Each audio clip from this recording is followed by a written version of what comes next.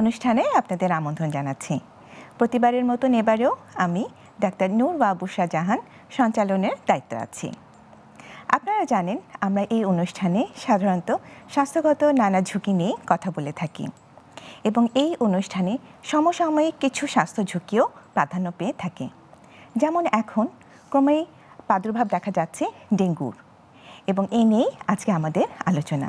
আজকের বিষয়বস্তু হলো এই সময়ের ডেঙ্গু। ডেঙ্গু আসলে কি? এটা একটা সাধারণ জ্বর নাকি অন্য কিছু, কিংবা কীভাবে বা এটা ছড়ায়, এই বিষয়ে আজকে আমরা বিশদ আলোচনা করব। তবে অনুষ্ঠান শুরুর আগে একটু ইনফরমেশন আপনাদেরকে জানাতে চাই।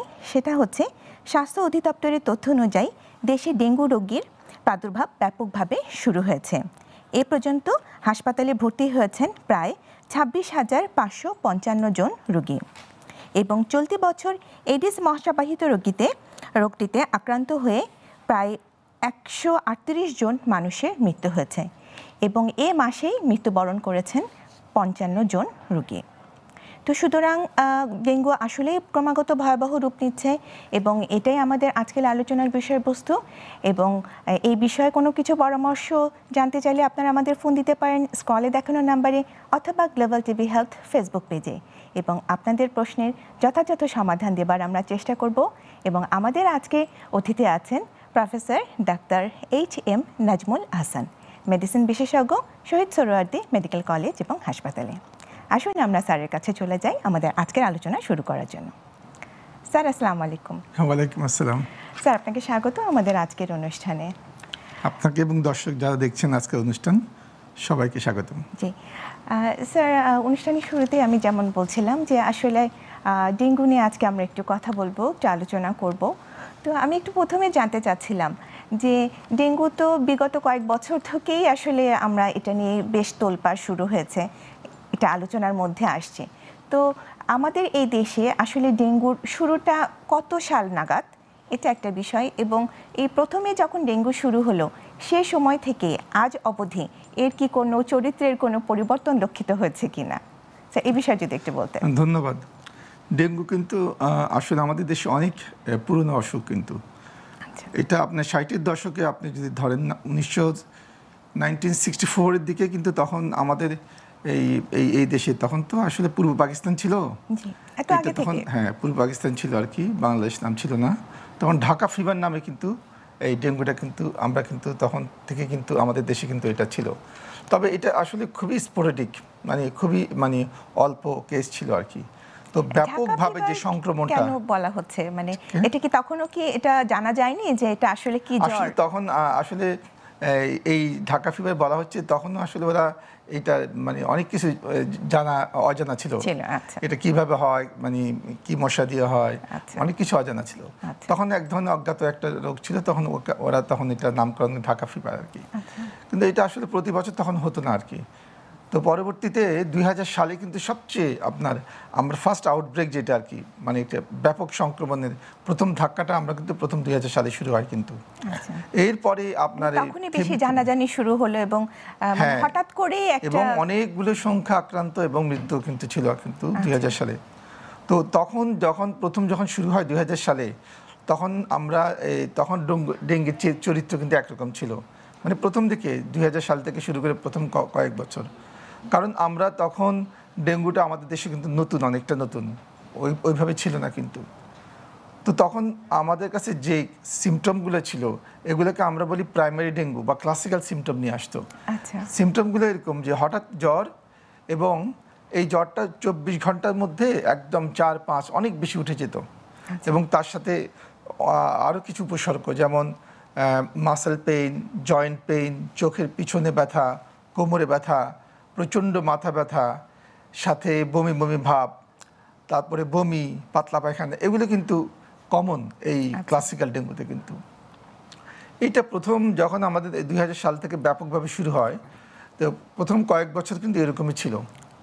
তো বলা হয় যে ডেঙ্গুতে যে রোগীগুলো আমরা আসলে প্রথম দিকে পেতাম, বা প্রাইমারি ডেঙ্গু বা যাদের সিমটম ছিল, তো এরা কিন্তু মাত্র 10% রোগী।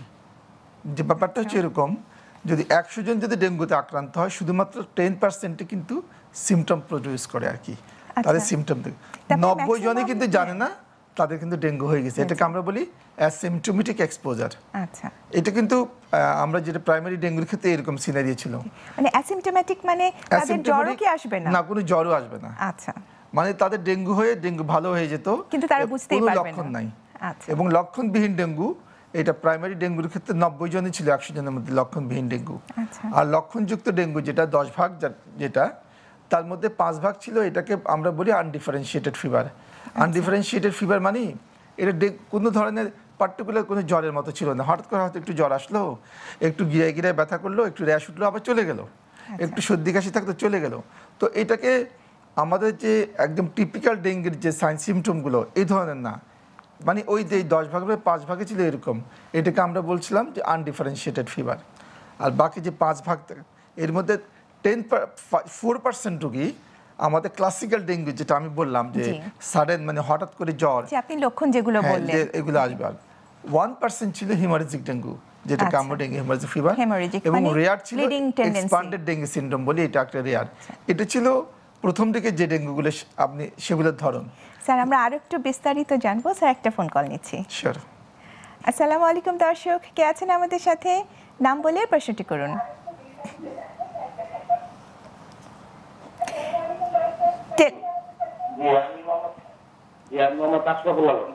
জি আশরাফুল, বয়স কত? আমার বয়স 48। 48। কোত্থেকে বলছেন? আমি শেরপুর থেকে বলছি। আচ্ছা, জি প্রশ্ন করুন। 48। জি, আপনি কি প্রশ্ন করবেন? প্রশ্ন করুন। আমার মাঝখানে কদিন আগে ঠান্ডা এবং জ্বর হয়েছিল। জ্বর ঠান্ডা হওয়ার পর জ্বর এবং ঠান্ডা জি আমরা শুনছি। জ্বর ভালো হয়েছে, কিন্তু হাঁটুর নিচে যে মাংসপেশিটা আছে এটা ব্যথা করে রাত্রে চাপা। আচ্ছা, আর কোনো সমস্যা? রাত্রে মানে হাঁটুর নিচে মাংসপেশি, জি না, আমার এইটাই সমস্যা। আচ্ছা স্যার কিছু প্রশ্ন করবেন কি না? না, ঠিক আছে। আপনার জ্বর ঠান্ডা কয়দিন ছিল? জ্বর হওয়ার পরে ডক্টর আমার সারিয়ে দিয়েছিল, অ্যান্টিবায়োটিক দিয়েছিল, খাচ্ছি, জ্বর ভালো হয়েছে স্যার। আপনি কয়দিনের মধ্যে আপনার জ্বর কমে গেল? 3-4 দিন। 3-4 দিন। আচ্ছা, ধন্যবাদ। জি দর্শক আপনি আমাদের সাথেই থাকুন। আমাদের এই সময় যে জ্বরগুলো আসে, আমরা এই জ্বরগুলোকে আমরা অনেকগুলো ভাগে ভাগ করি। কিছু আছে ভাইরাস জ্বর, কিছু আছে মানে ভাইরাস জ্বর ছাড়া, যেটাকে ব্যাকটেরিয়াল ফিভার বা অন্য ফিভার বলি। তো ভাইরাস জ্বরগুলো বোঝার কিছু উপায় আছে। সেটা হচ্ছে ভাইরাস জ্বরগুলো যখন আসবে, আসার পরে এটা করে খুব দ্রুত বেড়ে যায় তাপমাত্রা। যেমন ধরেন আজকে দুপুরে আপনার জ্বর আসলো, এবং রাত 12টার মধ্যে দেখবেন জ্বরের মাত্রা প্রায় 4-5 হয়ে যায় আর কি। এবং এই সাথে আদার কিছু, যেগুলো আমরা ডেঙ্গুতে বললাম অনেকগুলো এই ভাইরাস জ্বরে কিন্তু থাকে, যেটা বললাম জয়েন্ট পেইন, মাসেল পেইন, চোখে ব্যথা, মাথায় ব্যথা, এগুলো থাকতে, মাসেল পেইন, এগুলো কিন্তু সবকিছু থাকতে পারে। মাসেল পেইনটা কিন্তু কমন এই ভাইরাস জ্বরে। কিন্তু এখন এই ভাইরাস জ্বরগুলো আবার দুই রকমের হয়। কিছু ভাইরাস জ্বরের সাথে আমাদের সর্দি কাশি থাকে, অর্থাৎ ঠান্ডা থাকে, আর কিছু ভাইরাস জ্বরের সাথে ঠান্ডা সর্দি কাশি থাকে না। তাহলে আমরা যেটা বললাম, আমরা জ্বর আসা, খুব দ্রুত বেড়ে যাওয়া, কিছু আনুষঙ্গিক আরও কিছু লক্ষণ, এবং এর সাথে সর্দি কাশি যখন থাকে, এইটাকে আমরা বলি যে acute viral syndrome influenza like illness বা আইএলআই প্রেজেন্টেশন বলি আর কি। আর যাদের সর্দি কাশি, গলা ব্যথা থাকে না, এদেরকে আমরা বলি নন আইএলআই গ্রুপ। এরাই হচ্ছে ডেঙ্গু রোগী, এবং এরাই হচ্ছে ডেঙ্গু, চিকুনগুনিয়া আমরা যে ক্যাটাগরি করি, এরা হচ্ছে এই ভাগের মধ্যে পড়ে। আমাদের যে দর্শক যে আমাদের ফোন করেছেন, উনি হচ্ছেন, আমি যেটা বলছিলাম, ভাইরাস জ্বর। প্রশ্নের উত্তর দিচ্ছি, আমরা আরেকটা ফোন কল নিচ্ছি। আসসালামু আলাইকুম দর্শক, কে আছেন আমাদের সাথে? আচ্ছা, দুঃখিত দর্শক, লাইনটি কেটে গেছে। জি স্যার। ভাইরাস জ্বর, যেটা আমাদের বলে ঠান্ডা সর্দি কাশি থাকে, উনি আসলে এই রোগে আক্রান্ত। এবং ভাইরাস জ্বরগুলো আপনারা দেখবেন জ্বর কিন্তু কয়েকদিন মাত্র থাকে, 3-4 দিন পরে কিন্তু ভালো হয়ে যায়। মানে সেটাকে বলতে চাচ্ছেন ইনফ্লুয়েঞ্জা লাইক? হ্যাঁ, ইনফ্লুয়েঞ্জা লাইক ইলনেস। ওনার যেটা হয়েছে, এটা হচ্ছে আমরা যে বলে ঠান্ডা জনিত ভাইরাস জ্বর, এটাকে আরো সহজভাবে যদি বলা যায়। তো এই আনুষঙ্গিক যে লক্ষণগুলো, মাসেল পেইন, জয়েন্ট পেইন, এগুলো কিন্তু কিছুদিন থেকে যেতে পারে। রাতে মাসেল পেইন হওয়ার কি কোনো আলাদা কোনো স্পেসিফিক কোনো কারণ আছে কিনা? হ্যাঁ, আমরা অনেক সময় বলি নকটার্নাল লেগ ক্র্যাম্প বলি, বা রাতে মাসেল পেইন হয়। এটা সাধারণত কাদের বেশি হয়? যারা সাধারণত এই যে ফিজিক্যাল অ্যাক্টিভিটি করে আর কি, দেখা যায় সারাদিন মাসেলের উপরে আমরা যথেষ্ট প্রেশার পড়ে, দাঁড়িয়ে কাজ করে বা পরিশ্রমের কাজ করে, রাতের বেলা কিন্তু তাদের অনেকেই কিন্তু মাসেল পেইন করে। এটা কিন্তু আলাদা জিনিস, এই জ্বরের সাথে সম্পর্ক না। কিন্তু ভাইরাস জ্বরে কিন্তু আপনার মাসেল পেইন হতে পারে, এবং যে কোনো মাসেল পেইনগুলো সাধারণত রাতে কিন্তু বেশি হয়। তো উনি এখন যে ঠান্ডা ভাইরাস জনিত জ্বরে ভুগছেন এবং তার সাথে মাসেল পেইনটা ছিল, এইটা হয়তো 1-2 সপ্তাহের মধ্যে চলে যাবে। ওনার ঘাবড়ানোর কিছুই নেই। যদি মাসেল পেইন করে উনি প্যারাসিটামল জাতীয় ওষুধ খেতে পারেন, আর পর্যাপ্ত পরিমাণে ভিটামিন সি জাতীয় ওষুধ খাক, এটা এমনিই 1 সপ্তাহ বা 1.5 সপ্তাহের মধ্যে সেরে যাবে। আচ্ছা, জি স্যার, খুব সুন্দর বললেন, ধন্যবাদ আপনাকে। আচ্ছা স্যার, আমরা আসলে আলোচনায় ফিরে যাচ্ছিলাম। স্যার, আপনি যেমন বলছিলেন যে ডেঙ্গুর আউটব্রেকের যে ব্যাপারটা, লক্ষণগুলো একটু বললেন।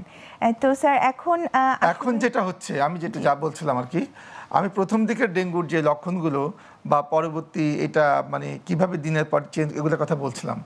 বর্তমানে এখন কিন্তু সে প্যাটার্নটা কিন্তু চেঞ্জ হয়ে গেছে। কিন্তু অনেক কিছু আগে যেমন ডেঙ্গুর সাথে জ্বরের সাথে র্যাশ কিন্তু খুব কমন ছিল। র্যাশ আমরা যেটা বললাম যে 3 ধরনের র্যাশ হয় ডেঙ্গুতে। প্রথমে 1 থেকে 2 দিন দেখা যায় যে সারা শরীর লাল হয়ে যাওয়া, আমরা বলি ডিফিউজ ইরাইথামা বলি। এরপর 3য় এবং 4র্থ দিন ওদেরকে একটা ম্যাকুলোপ্যাপুলার র্যাশ, চোপ র্যাশ হয় এদের শরীরে। এবং যেদিন জ্বর কমে যায় বা জ্বর কমার ফার্স্ট ডে থেকে পরবর্তী কয়েকদিন পর্যন্ত 1 ধরনের র্যাশ হয়, সেটা হবে সারা গায়ে লাল হয়ে যায়, মাঝখানে সাদা সাদা স্পটের মতো, যেগুলো হচ্ছে নর্মাল স্কিন।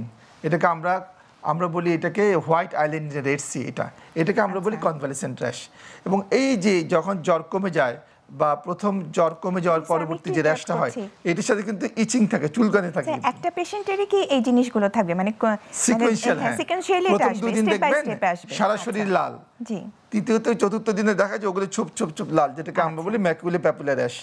এবং যখন জ্বর কমে যায় তখন হয় কি সারা শরীর লাল হয়ে যায়, মাঝখানে সাদা সাদা স্পট, এগুলো হচ্ছে নর্মাল স্কিন, এবং এগুলো কিন্তু ইচিং থাকে, তখন চুলকানি থাকে কিন্তু।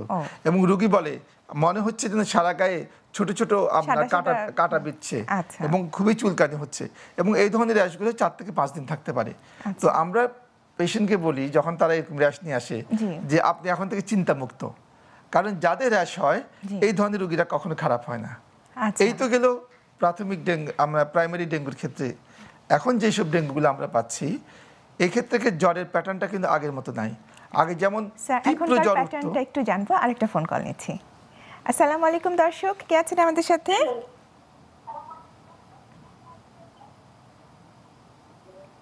হ্যালো, আচ্ছা, জি স্যার, এখনকার প্যাটার্ন এখন যে জ্বরে আগের মতো কিন্তু না। এখন দেখা যায় যে জ্বরের মাত্রা তীব্র হতে পারে, মাঝারি হতে পারে, অল্প তার জ্বর নিয়েও কিন্তু ডেঙ্গু রোগগুলো আসতে পারে। কারণ এখন আমরা যে ডেঙ্গু রোগগুলো পাচ্ছি এটা কিন্তু ম্যাক্সিমামই কিন্তু সেকেন্ডারি ডেঙ্গু, প্রাইমারি ডেঙ্গু কিন্তু কম। সেকেন্ডারি ডেঙ্গুর কারণ হচ্ছে, মানে আমরা কিভাবে বুঝবো যে প্রাইমারি আর সেকেন্ডারি ডেঙ্গু? বলছি যে আমরা এই যে অনেকগুলো বছর কিন্তু আমরা পার হয়ে আসছি, এই যে মানে অনেকগুলো বড় ধরনের সংক্রমণের বছর পার হয়ে আসছে, যেটাকে আমরা বলি আউটব্রেক। তো দেখা যাচ্ছে আমরা অলমোস্ট আমাদের প্রায় 80-90% কিন্তু আমরা কিন্তু অলরেডি ডেঙ্গু আক্রান্ত, আইদার সিমটোমেটিক বা অ্যাসিম্পটোমেটিক। আমরা অনেকে বলবে যে আমার তো আগে কখনো জ্বর হয় না, ডেঙ্গু হয় নাই, কিন্তু এখন যেটা হচ্ছে সেকেন্ডারি ডেঙ্গু। তার মানে আমরা ধরেই নিব যে আমরা এক্সপোজড, মোটামুটি সবাই আমরা এখন যাদেরই আমাদের ডেঙ্গু হবে আমরা ধরে নিব। স্যার, একটা ফোন কল নিচ্ছি। আসসালামু আলাইকুম দর্শক, কে আছেন আমাদের সাথে? হ্যালো, ওয়ালাইকুম আসসালাম, আনিসুর রহমান। জি, আসসালামু আলাইকুম। ওয়ালাইকুম আসসালাম, কোথা থেকে বলছেন? ওয়ালাইকুম আসসালাম। ওয়ালাইকুম আসসালাম। জি বলুন দর্শক, আমি শুনতে পাচ্ছি। আনিসুর রহমান, পাবনা। জি, আনিসুর রহমান। জি, আপনার বয়স কত? আমার আজ কয়েকদিন ধরে মাথা ব্যথা, জ্বরে মাথা ব্যথা, বুঝলেন? জি, জ্বর কতদিন?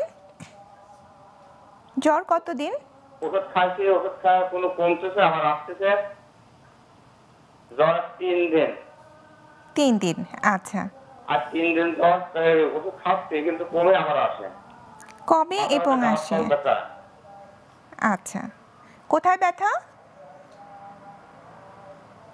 শরীর ব্যথা বলছে। শরীর ব্যথা, আচ্ছা। মাথা ব্যথা, শরীর গামাতা যেমন চাবাচ্ছে খালি। আচ্ছা, আর কোনো সমস্যা স্যার জিজ্ঞেস করবেন? না, ঠিক আছে। ধন্যবাদ দর্শক যে আনিস রহমান সাহেব যে আপনার যদি এই যে এরকম হয় যে আপনি যেটা বলছিলেন 3 দিন থেকে জ্বর, তার সাথে মাথা ব্যথা এবং শরীর ব্যথা, এটা কিন্তু যদি জ্বরটা আমি যেটা বলছিলাম একটু আগে যে জ্বর যেটা আসছে এবং প্রথম দিনে জ্বরের মাত্রা অনেক বেশি হয়ে গেছে, তাহলে আমরা ধরে নিচ্ছি এটা একটা ভাইরাস জ্বর। এখন যদি আপনার এই জ্বরের সাথে যদি সর্দি কাশি না থাকে, তাহলে কিন্তু আমরা কিন্তু ডেঙ্গু জ্বরের কথা চিন্তা করব। আর যদি আপনার সর্দি কাশি থাকে, তাহলে আমরা যেটা চিন্তা করি আপনার ভাইরাসজনিত ঠান্ডা জ্বর। তাহলে আপনি যেহেতু ঠান্ডা কাশি এগুলো কিছুই বলেননি, আমরা ধরে নিচ্ছি আপনি হয়তো একটা ভাইরাস জ্বর যেটা সম্ভাব্য ডেঙ্গু রোগ হতে পারে। এই কারণে আমার পরামর্শ হচ্ছে ডেঙ্গু রোগীদের আমরা বলি আপনি জ্বর যেদিন আসবে প্রথম দিনই আপনি 2টা পরীক্ষা করে ফেলবেন।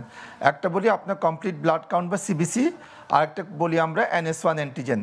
তাহলে কিন্তু খুবই দ্রুত এবং জ্বরের প্রথম কয়েকদিনের মধ্যে কিন্তু আমরা ডেঙ্গু জ্বর কিন্তু আমরা শনাক্ত করতে পারবো।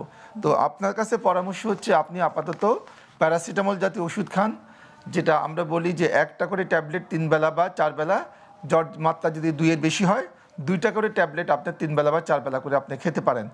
আর অতি দ্রুত একজন ডক্টরের সাথে আপনি পরামর্শ করে আপনি এই 2টো টেস্ট করে ফেলবেন, কমপ্লিট ব্লাড কাউন্ট বা সিবিসি আর NS1।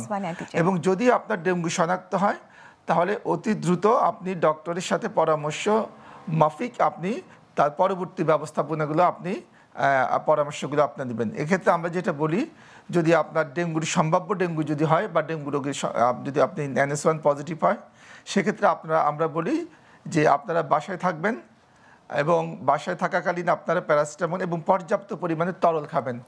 তরল বলতে আমরা বুঝি এই ব্যাপারগুলো নিয়ে স্যার একটা ছোট বিরতিতে যাচ্ছি। শুধু দর্শক, স্বাস্থ্য সুরক্ষা স্পন্সর্ড বাই গ্লোবায়োটিক লিমিটেড অনুষ্ঠান থেকে নিয়ে নিয়েছি ছোট্ট একটি বিরতি। আমরা আরও জানবো, আপনারা আমাদের সাথেই থাকুন।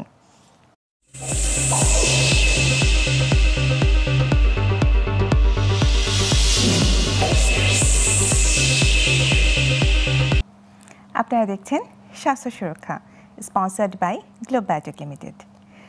আমরা আজকে কথা বলছিলাম ডেঙ্গু নিয়ে। আমাদের আজকের বিষয়বস্তু এই সময়ের ডেঙ্গু। আসুন আমরা ফিরে যাই মূল আলোচনায়। স্যার, বিরতির আগে আমরা একটু কথা বলছিলাম যে আসলে ডেঙ্গু নিয়ে। তো আমরা জানতে পারলাম যে গত 24 ঘন্টায় আমাদের ঢাকা বিভাগের বিভিন্ন হাসপাতালে ভর্তি হয়েছে প্রায় 210 জন রোগী। তো স্যার, আসলে কারা হাসপাতালে ভর্তি হবে কিংবা কারা বাসায় বসে চিকিৎসা নেবে, স্যার এই ব্যাপারটা যদি একটু বলতেন, কিংবা কারাই বা বেশি আসলে স্বাস্থ্য ঝুঁকির মধ্যে আছে? আমরা আসলে ডেঙ্গু রোগীদের অনেক ডেঙ্গু রোগী বুঝতেই পারে না কখন হাসপাতালে আসা দরকার। তো আবার যাদের প্রয়োজন নাই তারা কিন্তু হাসপাতালে ভর্তি হয়ে যাচ্ছে আর কি। আচ্ছা। তো আমরা আসলে ডেঙ্গুকে আমরা 3টা ক্যাটাগরিতে ভাগ করি, গ্রুপ A, গ্রুপ B এবং গ্রুপ C। গ্রুপ A রোগী, এদের কিন্তু হাসপাতালে ভর্তি দরকার নেই। এবং এরা কারা? এরা হচ্ছে যেসব ডেঙ্গু রোগীর কোনো জটিলতা নাই, কোনো রক্তক্ষরণ নাই, যাদের প্রেশার কমে যাওয়া জনিত কোনো জটিলতা হয় নাই, এবং যারা আমরা বলি হাই রিস্ক গ্রুপ না, এবং যাদের কোমরবিডিটি নেই। অর্থাৎ হাই রিস্ক গ্রুপ কারা? যেমন বাচ্চারা, ইনফ্যান্ট বলি আমরা, তারপর বয়স্করা যাদের বয়স 65-এর উপরে, এবং প্রেগনেন্ট মাদাররা আর কি। এবং যারা ওবেস বলি, যারা অনেক স্থূল আর কি, এরা কিন্তু আমরা বলি হাই রিস্ক গ্রুপ। এদের ডেঙ্গু হওয়া মাত্রই কিন্তু আমরা বলি তাদের ভর্তি হয়ে যাওয়ার জন্য। কিন্তু যারা এই হাই রিস্ক গ্রুপ না, তাদের কিন্তু একদম প্রথমে ভর্তি দরকার নাই। তারপরে কি যারা হচ্ছে কোমরবিডিটি মানে যাদের আগে থেকে হার্টের অসুখ আছে, কিডনির অসুখ, লিভারের অসুখ, স্ট্রোকের রোগী, আনকন্ট্রোল ডায়াবেটিস, আনকন্ট্রোল হাইপারটেনশন, এদেরকে আমরা বলি কোমরবিডিটি। তো এই ধরনের রোগীগুলোকে আমরা বলি যাদের হাই রিস্ক গ্রুপ না, যাদের কোমরবিডিটি নাই। এবং মোস্ট ইম্পর্টেন্ট আমরা যেটা বলি, যাদের ওয়ার্নিং সাইন নাই। ওয়ার্নিং সাইনটা আমরা বোঝাচ্ছি যে যাদের ওয়ার্নিং সাইন নাই, এরা হচ্ছে গ্রুপ A। এবং এদেরকে আমরা বলি আপনারা বাসায় চিকিৎসা নেবেন। বাসায় আমরা তাদেরকে দুই ধরনের চিকিৎসাপত্র দেই। একটা হচ্ছে বাসায় কী কী নিয়মকানুন মানবে, আর একটা বাসায় থাকাকালীন সাবধানতা। এই 2 ধরনের কার্ড দিয়ে আমরা বলি যে হোম ওয়ার্নিং কার্ড আর হোম ট্রিটমেন্ট কার্ড। এখন আমি যে ব্যাপারটা নিয়ে বলছিলাম, যারা ডেঙ্গু রোগী, আমরা যারা সন্দেহজনক ডেঙ্গু রোগী এবং যাদের ওয়ার্নিং সাইন আছে, ওয়ার্নিং সাইনটা খুব ইম্পর্টেন্ট। কারণ একটা পেশেন্ট যখন ওয়ার্নিং সাইন নিয়ে আপনার কাছে আসবে, আমাদের ডক্টরের কাছে আসে, বা তার মধ্যে যখন এই ওয়ার্নিং সাইনের লক্ষণগুলো প্রকাশ পাবে, আমরা ধরে নিই এই রোগগুলো কিন্তু জটিল পর্যায়ে চলে গেছে, আচ্ছা, অথবা কয়েক ঘন্টার মধ্যে জটিল স্টেজে চলে যাবে, তার মানে যেটাকে আমরা বলি ক্রিটিক্যাল স্টেজে চলে যাওয়া। আসলে খুবই ইম্পর্টেন্ট। হ্যাঁ, ওয়ার্নিং সাইনগুলো আমরা যেভাবে আমরা যারা আমাদের কাছে রোগী যখন আসে জ্বরের রোগীগুলো আমরা কিভাবে বের করি, এক নম্বর আমরা জিজ্ঞেস করি যে রোগীর পেটে ব্যথা আছে কিনা। আচ্ছা, যে যদি বলে যে এই ধরনের যে সন্দেহজনক ডেঙ্গু জ্বর এবং তার সাথে পেটে ব্যথা আছে, এটাকে আমরা ধরি ওয়ার্নিং সাইন।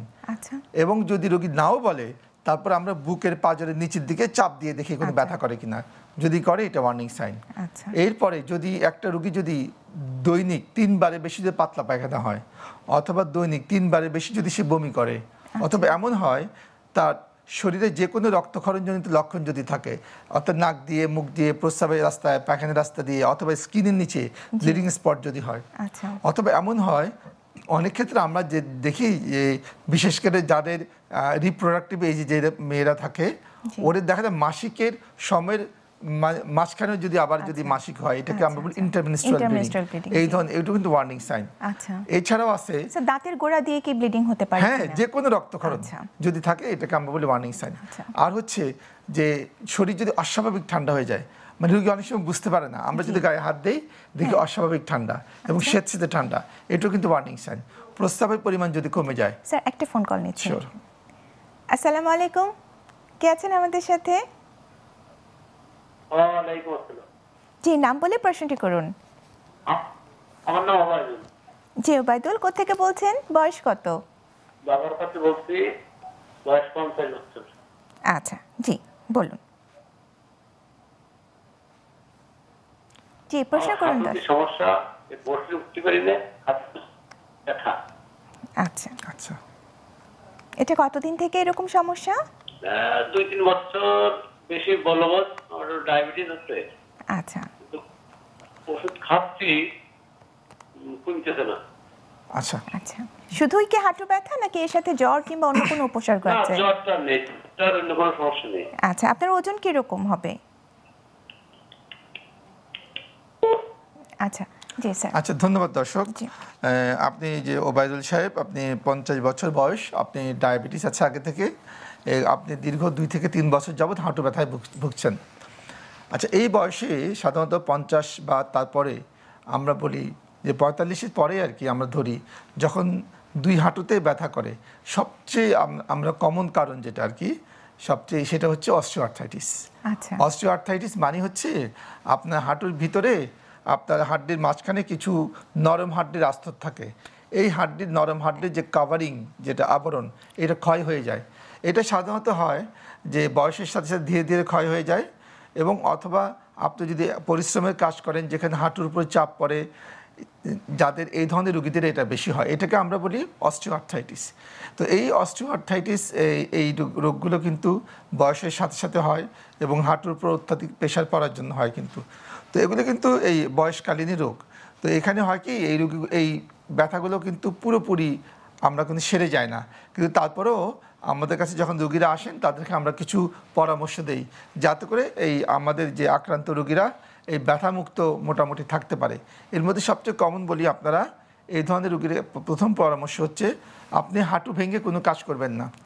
অর্থাৎ আমরা বলি 90 ডিগ্রি বেশি আপনি হাঁটু ভাঁজ করবেন না। এই জন্য আমরা বলি আপনি যেমন চেয়ারে বসে নামাজ পড়বেন, হ্যাঁ, হাঁটু ভেঙে কোনো কাজ করবেন না, বাথরুম করার সময় উঁচু কমোড ব্যবহার করবেন। এগুলো কিছু কমন জিনিস, যদি আপনি এগুলো মেনে চলেন তাহলে দেখবেন আপনার হাঁটু ব্যথাটা সহজে হবে না। আর পাশাপাশি আমরা খুব সহজ কিছু ওষুধ দিই আমরা, যেমন এই ব্যথার জন্য আমরা প্যারাসিটামল জাতীয় ওষুধই কিন্তু যথেষ্ট। আমরা এর চেয়ে খুব বেশি ওষুধ দিতে চাই না, প্যারাসিটামল। আর পাশাপাশি আমরা বাজারে কিছু এই হাঁটু ব্যথা যে এই আবরণ যেগুলো আছে, এই আবরণটাকে অনেক সময় মানে কি বলবো পুনরায় এগুলো তৈরি করতে কিছু সাহায্য করে ভিটামিন জাতীয় ওষুধ, আমরা কন্ড্রোইটিন সালফেট যেগুলো বলি আমরা, এগুলো আমরা কিন্তু অনেক সময় ব্যবহার করি। স্পেসিফিক কিছু যে হ্যাঁ হ্যাঁ মানে রিজেনারেটিভ কিছু, হ্যাঁ, কিছু আমরা যে এগুলো দেই, তাহলে একটা প্যারাসিটামল আর আমরা কিছু হাঁটুর যে আমরা যে ক্ষয় হয়ে যায় ওই ক্ষয় পূরণের জন্য আমরা হাঁটুর ভিটামিন জাতীয় কিছু ওষুধ দিই। আপনি যদি যে কোনো ডক্টরের কাছে পরামর্শ দেন, উনি আপনাকে এই ওষুধগুলো আপনারা দিবে। কার্টিলেক্স নামে পাওয়া যায়, অনেকগুলো জয়নিক্স প্লাস নামে পাওয়া যায়, এই ধরনের নামে বাজারে পাওয়া যায়। এগুলো 2টা করে খাবেন।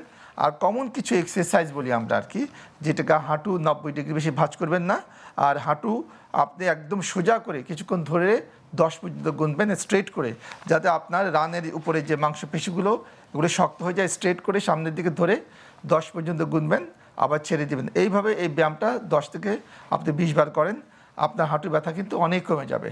এইটা হলো সবচেয়ে কমন। আপনি বাসায় বসেও কিন্তু এই হাঁটু ব্যথা থেকে আপনি অনেক, আর পাশাপাশি আরেকটা কাজও করতে পারেন, আপনি শেক দিতে পারেন এখানে।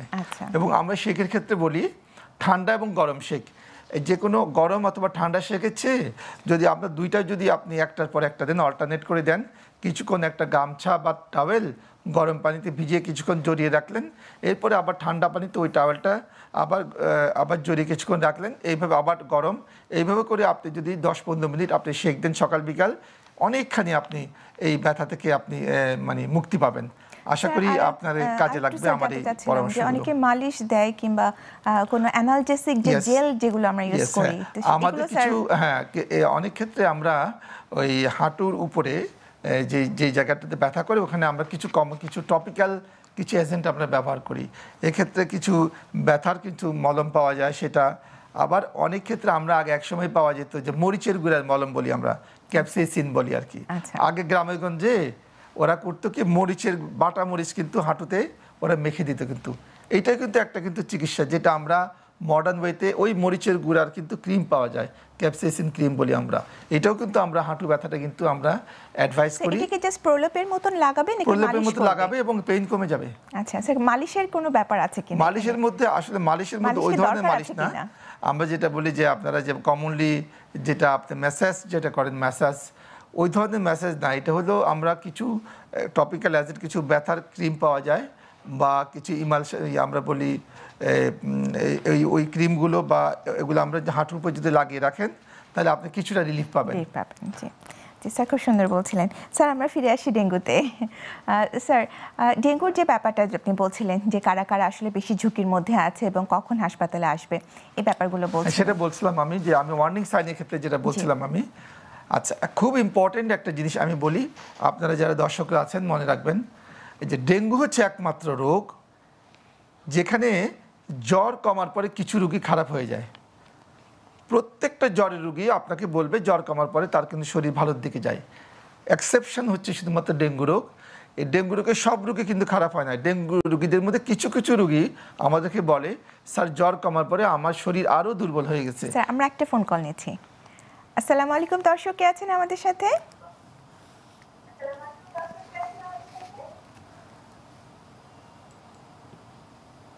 নাম বলে প্রশ্নটি করুন। হ্যালো। জি হ্যালো। জি আমরা শুনতে পাচ্ছি।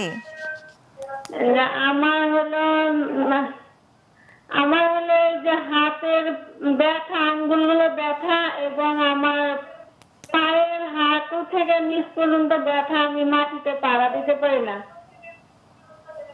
বসলে উঠতে পারি না, আবার বসলে উঠে দাঁড়াইতে পারি না, এরকমের সমস্যা আমার আজকে 4-5 দিন হলে।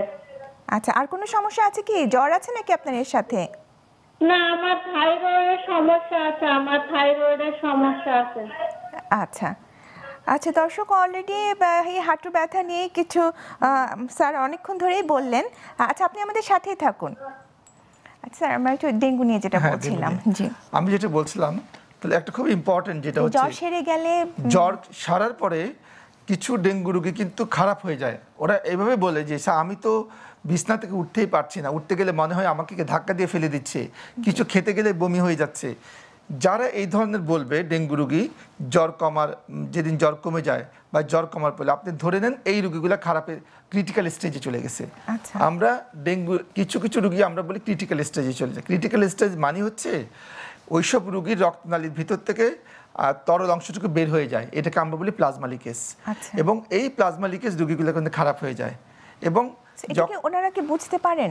ওনারা তো ভাবছেন এটা বোঝার উপায় হচ্ছে যেসব রোগীগুলো, এই যে আমি এতক্ষণ ধরে বললাম ওয়ার্নিং সাইন থাকে, অথবা জ্বর কমার দিন খারাপ হয়ে যায়, জি। এরাই কিন্তু আমরা বলি এদের কিন্তু এই রোগীগুলো কিন্তু খারাপের দিকে Critical যাচ্ছে। stage-এ চলে এবং গেছে। তখন আমরা বলি যে কোনো ওয়ার্নিং সাইন যদি থাকে, যে আপনার পেট ব্যথা, বারবার বমি, বারবার পাতলা পায়খানা, যে কোনো রক্তক্ষরণজনিত সমস্যা, শ্বাসকষ্ট হওয়া, শরীর অস্বাভাবিক ঠান্ডা হয়ে যাওয়া, প্রস্রাবের পরিমাণ কমে যাওয়া, অস্বাভাবিক আচরণ করা, অথবা আপনার জ্বর যেদিন কমে যাচ্ছে সেদিন শরীর অত্যাধিক খারাপ হয়ে যাওয়া, সাথে সাথে এই রোগীগুলো কিন্তু হাসপাতালে ভর্তি হয়ে যেতে হবে। মানে এই লক্ষণগুলো হচ্ছে আমার প্লাজমা লিকেজটা শুরু হলো, মানে রোগী ক্রিটিক্যাল ফেজে মাত্র ঢুকলো। আচ্ছা। রোগী কিন্তু ক্রিটিক্যাল ফেজে ঢোকার সাথে সাথে কিন্তু খারাপ হয় না, কিন্তু আচ্ছা, মানে ক্রিটিক্যাল recovery ফেজে একটা ঢোকার phase, পরে হ্যাঁ। 18 থেকে 24 ঘন্টা পরে রোগী কিন্তু শকে চলে যাবে। আচ্ছা তার মানে রোগী যখন ক্রিটিক্যাল ফেজে ঢুকে যায়। স্যার আর একটু জানবো, আমরা একটা ফোন কল নিচ্ছি। আসসালামু আলাইকুম দর্শক, কে আছেন আমাদের সাথে? হ্যালো, জি শুনতে পাচ্ছি, বলুন। হ্যালো, আমরা শুনতে পাচ্ছি। আসসালামু আলাইকুম। ওয়ালাইকুম আসসালাম। জি আপু, জি বলেন। আমি মোহাম্মদ ইসলামুল হক, জি জি ভাই বলেন। আমনডাঙ্গা গাইবান্ধা বলতেছিলাম। জি ভাই বলেন, আপনি প্রশ্ন বলেন। আমি একটা জানতে চাই, সাথে কথা আমি জানতে চাই, এই যে ডেঙ্গু হওয়ার আগে কি কি লক্ষণ পাওয়া যায়? ডেঙ্গু হবার আগে, আচ্ছা, আর কোনো সমস্যা? ডেঙ্গুর লক্ষণ কি কি? ডেঙ্গুর লক্ষণ কি কি? আচ্ছা, আর কিছু জানতে চান কি? কি কি লক্ষণ বলা যাবে? আচ্ছা জি দর্শক, ঠিক আছে, আপনি আমাদের সাথেই থাকুন। আমরা ওই বিষয়ে আসলে আলোচনা করছিলাম। জি স্যার, আপনি যে ক্রিটিক্যাল সাইন যেটা বলছিলেন। আচ্ছা, ক্রিটিক্যাল সাইন, হ্যাঁ ক্রিটিক্যাল সাইন যেটা বলি, যদি কোনো ধরনের এই ধরনের যদি ওয়ার্নিং সাইন বা ক্রিটিক্যাল সাইন দেখা দেয়, আপনাকে কিন্তু বেশ কয়েক ঘন্টা সময় দিবে এই রোগীটা শকে যাওয়ার আগ আচ্ছা, পর্যন্ত। 18 ঘন্টার থেকে 18 থেকে 24 ঘন্টার 24 পরে ঘন্টা। কিন্তু রোগী শকে যাবে। আচ্ছা। এখন এই যে ক্রিটিক্যাল সাইন যখন রোগীর দেখা দিবে, তখন যদি আমরা সাথে সাথে হাসপাতালে ভর্তি করে শুধুমাত্র একটু ফ্লুইড 10 থেকে 20 ফোঁটা করে প্রতি মিনিটে যদি ফ্লুইড শুরু করি, এই রোগীগুলো কিন্তু আর খারাপ হবে না, এবং এই রোগীগুলো কিন্তু আর শকে যাবে না। কিন্তু দুঃখের বিষয় হচ্ছে আমরা হাসপাতালে অনেকগুলো রোগী পাচ্ছি যারা দেখা যাচ্ছে আমাদের কাছে শক নিয়ে আসতেছে, অর্থাৎ তারা কিন্তু ওই দে আর নট অ্যাওয়ার, মানে তারা বুঝতেই পারছে না ওয়ার্নিং সাইনগুলো, তারা আসলে জানে না ভালো মতো, এবং ওয়ার্নিং সাইন দেখা মাত্রই যে তাদের অতি সত্বর হাসপাতালে ভর্তি হবে এটাও কিন্তু তারা কিন্তু বুঝতে পারে না, যে কারণে যখন ওরা অনেক খারাপ হয়ে যায়, শকে চলে যায়, অর্থাৎ যখন দেখা যায় রোগীর প্রেশার কমে যায়, পালসটা একদম র্যাপিড থ্রেডি হয়ে, মানে খুব দ্রুত পালস হয়ে যায়, রোগীর শ্বাসকষ্ট হয়ে যায়, তখন এসে আমাদের কাছে ভর্তি হয়। তখন মানে কি, তার পেশেন্ট মানে জটিল পর্যায়ে ঢুকারও 24 ঘন্টা পরে আমাদের কাছে আসে। এক্ষেত্রে হয় কি, আমাদের চিকিৎসা দেওয়ার পত্র অনেকগুলো রোগী কিন্তু আমাদের ক্ষেত্রে অনেক কিন্তু মৃত্যুবরণ করে, কিন্তু কারণ তখন দেখা যায় শকে গেলে অনেকগুলো রোগী প্রচন্ড ব্লিডিং শুরু হয়ে যায়, ব্লিডিংও হতে পারে, যে কারণে আমরা অলওয়েজ বলি, আমরা যে দর্শক যেটা কি করে বুঝবেন ডেঙ্গু রোগ, হঠাৎ করে আপনার জ্বর আসবে এবং 24 ঘন্টার মধ্যে জ্বরের মাত্রা তীব্র আকার ধারণ করবে, 100 থেকে দেখুন 104-105 হয়ে যেতে পারে 24 ঘন্টার মধ্যে। আর একটু জানবো, আমরা একটা বিরতিতে যাচ্ছি। সুধী দর্শক, স্বাস্থ্য সুরক্ষা sponsored by Globe Biotech Limited অনুষ্ঠান থেকে নিয়ে নিচ্ছি ছোট্ট একটি বিরতি, আমাদের সাথেই থাকুন।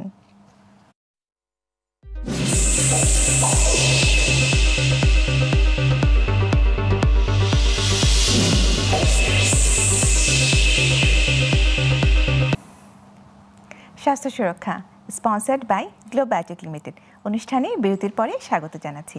আমরা কথা বলছিলাম ডেঙ্গু জ্বর নিয়ে। স্যার, বিরতির আগে একজন দর্শক প্রশ্ন করেছিলেন যে উনি আসলে কিভাবে বুঝবেন ওনার ডেঙ্গু জ্বর হয়েছিল, এবং এটা নিয়ে আপনি একটু বলছিলেন। আমি যেটা বলছিলাম যে আপনার হঠাৎ করে জ্বর এবং জ্বরটা তীব্র জ্বর, দেখা যাচ্ছে যে 24 ঘন্টার মধ্যে জ্বরের মাত্রা অনেক উঠে যাবে। আজকে দুপুরে জ্বর আসলো 100, দেখা যাবে রাত 12টার মধ্যে 4-5 হয়ে যাচ্ছে।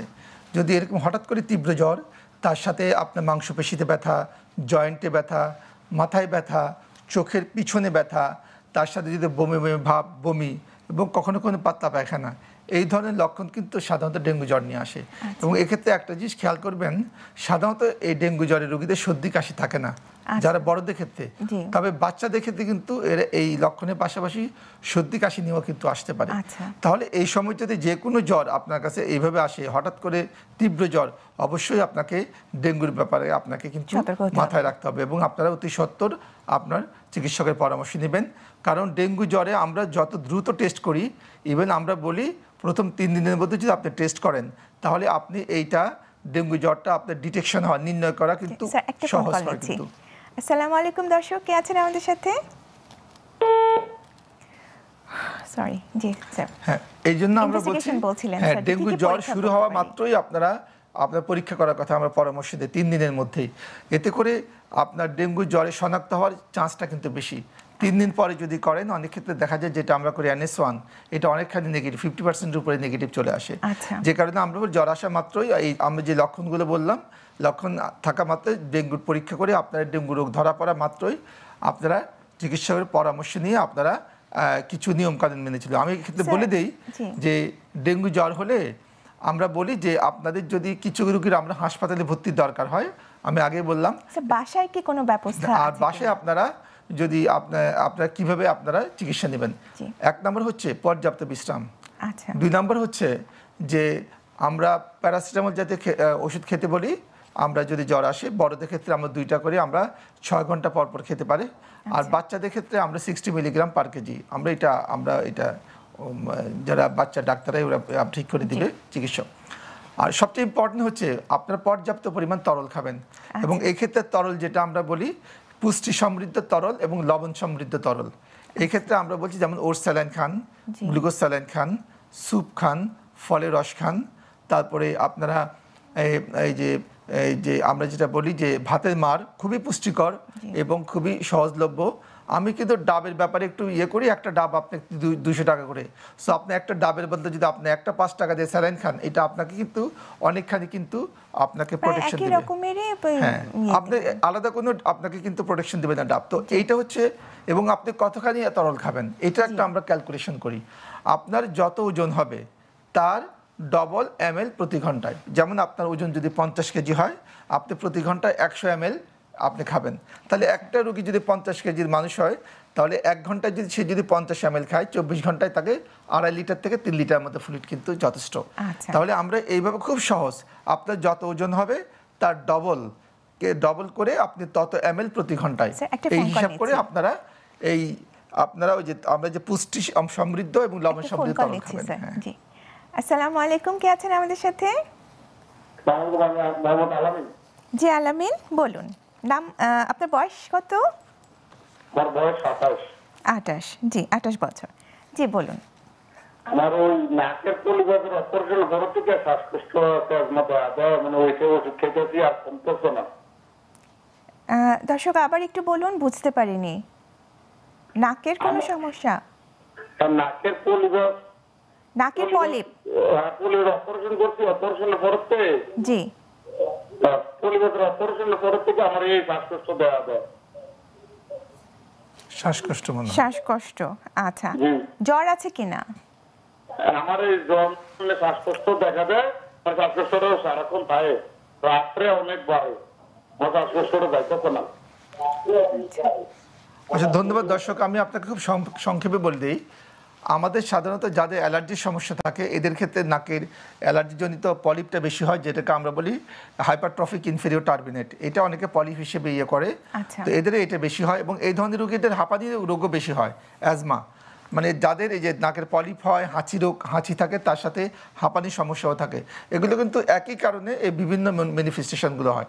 সেক্ষেত্রে আপনাকে অবশ্যই একজন ডক্টরের পরামর্শ নিয়ে, আপনি মেডিসিন অথবা বক্ষব্যাধির পরামর্শ নিয়ে, আপনাকে অ্যাজমার জন্য কিছু সুনির্দিষ্ট আমাদের ওষুধ আছে, যেমন মন্টেলুকাস্ট, তারপরে আমরা বলি যে কিটোটিফেন, এবং তার সাথে কিছু আমরা ইনহেলার দিয়ে দিই, এবং তার পাশাপাশি আমরা নাকের জন্য কিছু স্প্রে দিয়ে দিই।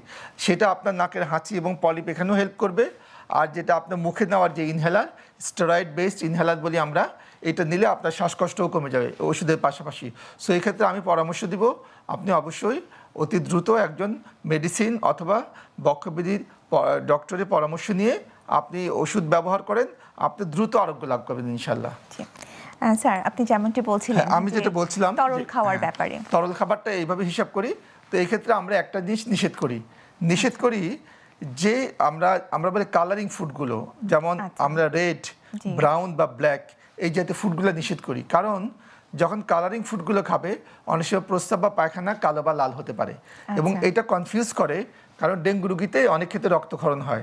তো রক্তক্ষরণটাকে এটাকে রক্তক্ষরণ হচ্ছে নাকি কালারিং ফুডের জন্য হচ্ছে, এটা অনেক সময় কনফিউশন হয়ে যায়, রোগী বুঝতে পারে না। যে কারণে আমরা এই ধরনের যেমন ড্রাগন ফল খেতে আমরা নিষেধ করি ডেঙ্গু যারা বাসায় থাকবে আর কি। এটা হচ্ছে একটা কমন।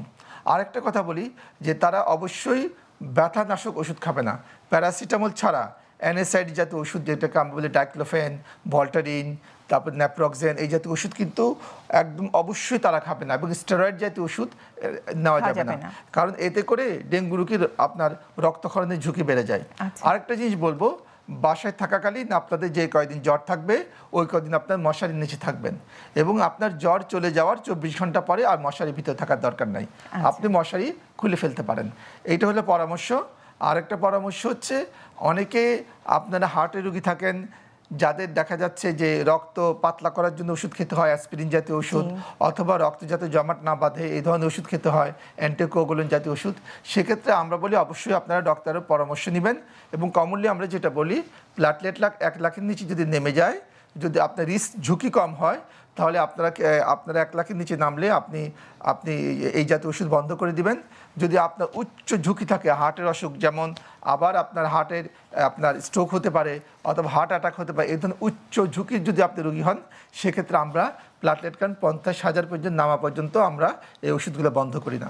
এটা হচ্ছে কমন অ্যাডভাইস। তারপরে 50,000 পর্যন্ত আমরা অ্যালাউ করি, চালিয়ে যেতে পারেন। আর একটা কাজ করি যে আপনি যখন আক্রান্ত হবেন তখন আপনি নিশ্চয়ই ধরে নেন এই মশাগুলো আপনার বাসায় কিন্তু আছে।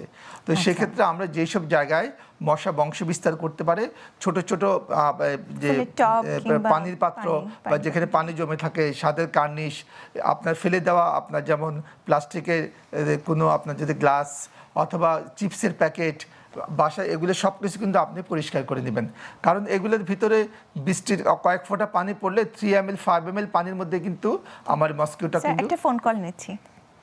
আসসালামু আলাইকুম দর্শক, কে আছেন আমাদের সাথে? হ্যালো, জি ওয়ালাইকুম আসসালাম, নাম বলে প্রশ্নটি করুন। হ্যালো, আমি মিরপুর থেকে বলছি, আমার নাম হলো মোহাম্মদ রানা। জি, রানার বয়স কত? আমার বয়স হচ্ছে 30 বছর। আসলে একজন 30 বছরের মানুষ, 30 বছর। জি, আমরা শুনতে পাচ্ছি, বলুন। আমি বলতে চাচ্ছি, মানে আমার বয়স 30 বছর, সেই হিসাবে আমার ওজন কত থাকা দরকার, একটা সুস্থ সবল মানুষের কত ওজন থাকা দরকার? আচ্ছা, আর কোনো সমস্যা আছে কিনা আপনার, জ্বর কিংবা এই ধরনের কোনো সমস্যা আছে কিনা? অন্য কোনো সমস্যা নাই, আর শুধু আমার হাত পায়ের হাড্ডিগুলা, এই পায়ের গোড়ালি, হাতের ডানা, এগুলা ব্যথা করে। আচ্ছা আচ্ছা, জি দর্শক, প্রশ্ন করার জন্য আপনাকে ধন্যবাদ। আচ্ছা, এটা আসলে আমাদের আজকে প্রাসঙ্গিক না যদিও, কারণ আপনার ওজন ক্ষেত্রে আমরা অবশ্যই তার উচ্চতা কত সেটা দেখে আমরা কিন্তু হিসাব করি, শুধু বয়সের সাথে হবে না, বয়সের সাথে ওজনের সম্পর্ক নেই, উচ্চতার সাথে ওজনের সম্পর্ক। সেক্ষেত্রে হাত পা গোড়ালি ব্যথা করা, হাত পা গোড়ালি ব্যথা অনেক কারণেই হতে পারে। যদি হাত পা গোড়ালি যদি আপনার সাধারণ ব্যথা হয়, সেক্ষেত্রে আপনারা পর্যাপ্ত পরিমাণে পানি খান আর প্যারাসিটামল জাতীয় ওষুধ খেলেই কিন্তু যথেষ্ট, আর কিছু প্রয়োজন নেই। 30 বছর বয়সে আপনার ক্যালসিয়াম খাওয়া বা অন্য জাতীয় ওষুধ খাওয়ার প্রয়োজন নেই। যদি আপনার বয়স যদি 50-এর উপরে হতো, সেক্ষেত্রে আপনি হাত পা ব্যথার জন্য ক্যালসিয়াম জাতীয় ওষুধ খেতে পারেন। তো দর্শক, আমরা আমাদের উপদেশ হচ্ছে আপনি পর্যাপ্ত পরিমাণে আপনার তরল খান, শাকসবজি খান, এবং পাশাপাশি যদি আপনার ব্যথা হয় মাঝে মাঝে প্যারাসিটামল জাতীয় ওষুধ খান, আর এর চেয়ে বেশি কিছু আপনার প্রয়োজন নেই। আর পুষ্টিকর খাবার খাবেন, আমি যেটা বললাম শাকসবজি, ফলমূল, এগুলো আপনারা খাবেন, এবং অবশ্যই দিনে একটা করে ডিম খাওয়ার চেষ্টা করবেন, 1 কাপ দুধ খাবেন। এতে করে আপনার কিন্তু যতটুকু প্রয়োজন আপনার ক্যালসিয়াম বা অন্যান্য সে ঘাটতি পূরণ হয়ে যাবে, এবং এই সমস্যাগুলো কিন্তু কমে যাবে। আচ্ছা, জি স্যার, খুব সুন্দর বলছিলেন। আচ্ছা স্যার, এখন আমি একটু জানতে চাচ্ছিলাম যে ইনভেস্টিগেশনের ব্যাপারে তো স্যার আপনি বলছিলেন যে কমপ্লিট ব্লাড কাউন্টটা আমরা করে নেব, যেখানে আমরা প্লেটলেট কাউন্টটাকে মেইনলি দেখব, নাকি আর অন্য কোনো কিছু দেখেন? আমরা এখন ডেঙ্গু ম্যানেজমেন্টে প্লেটলেট কাউন্টের গুরুত্ব কিন্তু অনেক নিচে চলে গেছে। এখন আগে প্রথম দিকে আমরা প্লাটেটকে যে গুরুত্ব দিতাম, এখন কিন্তু সেভাবে গুরুত্ব দিই না কিন্তু, কারণ প্লাটেট দিয়ে আমরা খালি বুঝতে পারি একটা রোগী কোন স্টেজে যাচ্ছে, কিন্তু রোগীকে প্লাটলেট দেওয়ার জন্য কিন্তু আমরা প্লাটলেট করি মানে না। স্যার এটাকে প্রগনোসিসটা দেখার জন্য? হ্যাঁ, প্রগনোসিসটা দেখার জন্য। আচ্ছা। একটা রোগী যেমন ধরেন প্লাটলেট কাউন্ট যখন 1 লাখের নিচে নেমে যায়, আমরা ধরে নিই এই ধরনের রোগীগুলো ক্রিটিক্যাল স্টেজে চলে যাচ্ছে, আচ্ছা, মানে ক্রিটিক্যাল পর্যায়ে চলে যায় আর কি। এই জন্য যাদের প্লাটলেট কিন্তু 1 লাখের নিচে নামবে, তখনই আমরা ওই রোগীর কোনো ওয়ার্নিং সাইন আছে কিনা, ওই রোগীর আমরা ক্রিটিক্যাল স্টেজে যে আদার যে লক্ষণগুলো প্রস্রাব কমে যেগুলো আছে কিনা তখন দেখি, এবং দেখে কিন্তু যদি কোনো একটা লক্ষণ পাই সাথে সাথে রোগীকে ভর্তি করে আমরা কিন্তু তাকে কিন্তু মানে এই যে আইভি স্যালাইন শুরু করি। এতে করে এই রোগীগুলো কিন্তু পরবর্তীতে কিন্তু আর শকে যায় না বা আর খারাপ হয় না, এবং এদের জটিলতাও কিন্তু হয় না। এই জন্য এটা খুবই ইম্পর্টেন্ট যে প্লাটলেট দেখে আমরা একটা বুঝতে পারি যে রোগী ক্রিটিক্যাল ফেজে যাচ্ছে কিনা এটা। আর ব্লাডের ক্ষেত্রে যেটা বলছে, টেস্টের ক্ষেত্রে আমরা যেটা বলছি, আপনারা জ্বরের 3 দিনের মধ্যে কিন্তু আপনারা একদম প্রথম দিন একটা কমপ্লিট ব্লাড কাউন্টের সিবিসি আর NS1 করে ফেলবেন। এতে করে কিন্তু আপনার রোগ নির্ণয়টা অনেকখানি সহজ হয়ে যায়, এবং আর্লি স্টেজ 3 দিনের পরে করলে অনেক সময় NS1টা নেগেটিভ চলে আসে। সেক্ষেত্রে আপনার মধ্যে একটা ভ্রান্ত ধারণা হতে পারে যে আপনার ডেঙ্গু হয় নাই। আমরা অনেকগুলো রোগী পাচ্ছি এরকম আমাদের কাছে, যখন ওরা আসতেছে NS1 নেগেটিভ, যে টেস্টটা ওরা 3 থেকে 4 দিন পরে করেছে, এবং আমাদের কাছে যখন আসছে শকে চলে আসছে রোগীগুলা, এবং তখন তাদের ক্ষেত্রে আসলে ট্রিটমেন্ট করার পরেও কিছু কিছু রোগী কিন্তু আমরা দেখছি তারা কিন্তু জটিলতাটা বেড়ে যায় এবং মৃত্যু ঝুঁকি কিন্তু তাদের বেড়ে যায়। আসসালামু আলাইকুম দর্শক, কে আছেন আমাদের সাথে? তার 15 বছর বয়স, কিন্তু তার রাত্রের বেলা জ্বর থাকে গায়ে। বয়স কত? 54। জি। আচ্ছা, কতদিন থেকে জ্বর থাকছে? প্রায় 6 মাস হয়ে গেছে। কতদিন? 6 মাস ধরে জ্বর? জি জি, রাত্রের বেলা শুধু তার শরীরটা গরম থাকে। আচ্ছা, আর কোন স্যার কোশ্চেন বলুন। আচ্ছা, আমি যেটা জানতে চাচ্ছিলাম আপনার জ্বরের পাশাপাশি আর কোনো লক্ষণ আছে কিনা, যেমন কাশি আছে কিনা, অথবা আপনার গিরায় গিরায় ব্যথা আছে কিনা, অথবা পাতলা পায়খানা বা বাথরুমে কোনো সমস্যা আছে কিনা, এগুলো জানতে চাচ্ছিলাম। এগুলো কিছু আছে? কি সমস্যা বলতে? অথবা ওজন কমে যাচ্ছে কিনা? আপনার স্যার তার শরীরে জ্বর, আর কোনো সমস্যা তাহলে কোনো সমস্যা, মাথা ব্যথা করে। আচ্ছা, মাথা ব্যথা করে আর মাথা ঘোরা। আপনার ডাক্তার দেখালে আপনার যে চোখের চশমা ওটা হইতে প্রায় 2 মাস ধরে। আচ্ছা, ধন্যবাদ দর্শক। আচ্ছা, যে দর্শক আপনি আমাদের সাথে থাকুন। আচ্ছা, 6 মাস ধরে যদি জ্বর হয়, আমি একটু জ্বরের কথা রাতে রাতে জ্বর আসে। আমি জ্বরের একটা কথা বলি। অনেক রোগীর কিন্তু ওরা বলে কি জ্বর হয়, আরেকটা কিন্তু আমরা কিন্তু ফিভারিশ ফিলিংস বলি, মানে জ্বরের মতো কিছু উপসর্গ কিন্তু আছে। কিন্তু আপনি থার্মোমিটার দিয়ে আমরা মেপে দেখি 98। আচ্ছা, 98। তো সাধারণত আমরা যেটা বলি, একটা মানুষের যে স্বাভাবিক তাপমাত্রা, সূর্য যেমন সকালে উঠে দুপুরে একদম আপনার মাথার উপরে চলে নিচে নেমে যায়, তাপমাত্রাটাও কিন্তু এরকমভাবে কিন্তু পরিবর্তন হয়। সকালবেলা যখন আমরা ঘুম থেকে উঠি তখন আমাদের শরীরের তাপমাত্রা কিন্তু সবচেয়ে কম থাকে, এবং আমাদের শরীরের তাপমাত্রা সবচেয়ে বেশি হয় সন্ধ্যার সময় এবং সন্ধ্যার দিকে। এটা কিন্তু নর্মালি একটা রোগীর যদি সকালে তাপমাত্রা আপনি 98 থাকে, সন্ধ্যা থেকে সেটা 99 কাছাকাছি কিন্তু যেতে পারে। এটা কিন্তু জ্বর না, এটা কিন্তু নর্মাল ভেরিয়েশন বলি আমরা। হ্যাঁ, তবে এই ক্ষেত্রে আমার একটা উপদেশ হচ্ছে, আপনি অবশ্যই আপনার জ্বরটা একটু রেকর্ড করবেন। যদি এমন হয় যে আপনি থার্মোমিটার দিয়ে দেখার পরে আপনার টেম্পারেচারটা 100 বা তার চেয়ে বেশি হয়, তাহলে আমরা এটাকে জ্বর হিসাবে ধরবো।